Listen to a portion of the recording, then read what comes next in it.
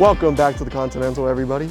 Today we're going to be talking about risers. Now, a lot of people like using them, especially nowadays. Me included, I like using a riser, but there are pros and cons with everything. So we're going to be going over what those are in this video. So first pro, we're just going to start off easy, is that they are quite comfortable, especially when you're aiming your rifle. You don't have to get as low into your rifle. You can just bring the rifle up.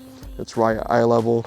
So if you have like back or neck issues, or these old bones ain't what they used to be, then a riser could help a lot with just overall physical comfort of your rifle. Now, one of the first cons, and a pretty significant con, about having an elevated optic or like a riser on, you will have a larger difference in height over bore.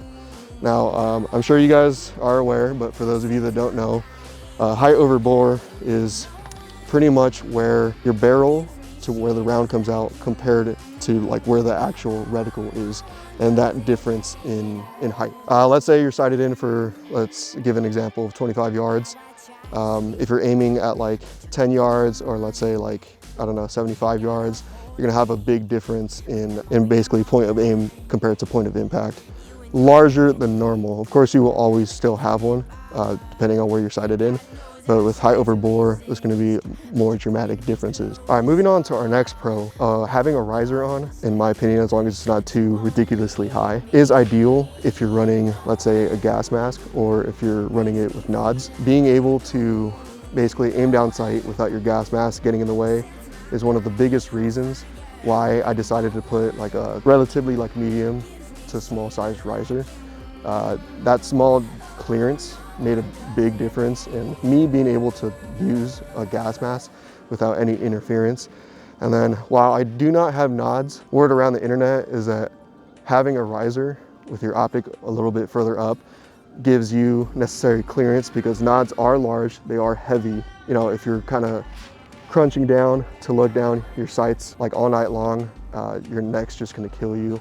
And you wanna be able to properly see your sight as well. Now, moving on to our next con, risers do affect significant precision shooting. So if you're aiming at a target that's several hundred yards away, obviously the more difficult it's gonna be and the more precise you're gonna have to be.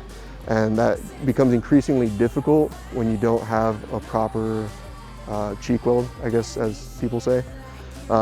When your optic is straight on the rail, you get real low and you have a proper cheek weld, 3 points of contact on your rifle. That makes it a very stable platform. But the more you elevate that riser, the more that cheek weld will start to become a chin weld. It'll become less stable. Now, moving on to our next pro, having an elevated optic on a riser does allow you to have a faster reaction time in CQB. Now, I'm not the type of guy that only trains or practices CQB. There is a place for it, but there's a lot more to gunfighting and warfighting than just CQB. That being said, it does help with reaction time, because you don't have to get as low to your rifle, or if you're clearing a room, you can quickly just bring the rifle up and it meets your eye level even like a half second quicker. One more pro to finish the list, kind of ties down to our second point with like the nods, is that if you're running like an IR device or like a PEC on like the top rail of your rifle, which a lot of people like to do, especially if they want to like actuate the switches, is that running an optic directly on the rail is gonna kind of get in the way. Like especially aiming down sights, it's gonna be like the PEC is just gonna obstruct your view. So running your optic on a riser kind of gives you a little bit more clearance for you to be able to use your optic without the IR device kind of getting in the way of your field of vision, or especially like if you have your thumb over it, it won't get in the way as much.